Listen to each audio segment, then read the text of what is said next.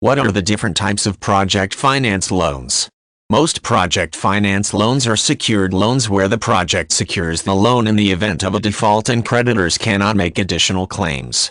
Some are limited non-recourse loans guaranteeing a set amount to creditors if a default occurs but not allowing additional claims against the loan. Some can be backed by additional guarantees to access more funding through lenders who might be reluctant to extend large loans without assurance of payment if a problem arises over the course of a project. Financing projects like bridges, roads, and major structures can be challenging because of the large amounts of money involved in the complexity of these projects.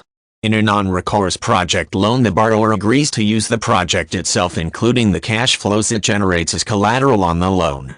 If the borrower defaults during construction or after repayment, a lender can seize the project and attempt to recover the loss. This can work for projects like apartment buildings and office high-rises where the lender can use the project in some way to compensate for the losses. On projects like bridges, this type of loan is not as suitable. Another option is the limited non-recourse loan.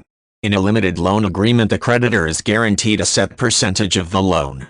This guarantee can come from a government agency or the government itself with some projects, and can also originate with investors who provide the backing in exchange for a share of proceeds. Limited project finance loans tend to be less risky because of a guaranteed outcome, but because it only represents a percentage of the total, the loss for the lender can be significant. With both types of project finance loans, clauses in the contract prohibit the lender from getting additional funds out of the project in a default.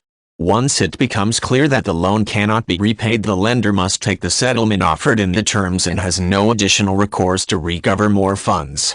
Lenders must consider this risk when they issue project finance loans and may charge high interest or create other terms to structure the loan carefully and minimize the potential for problems. It is common for project developers to create a special purpose entity to handle financing like project finance loans for the project.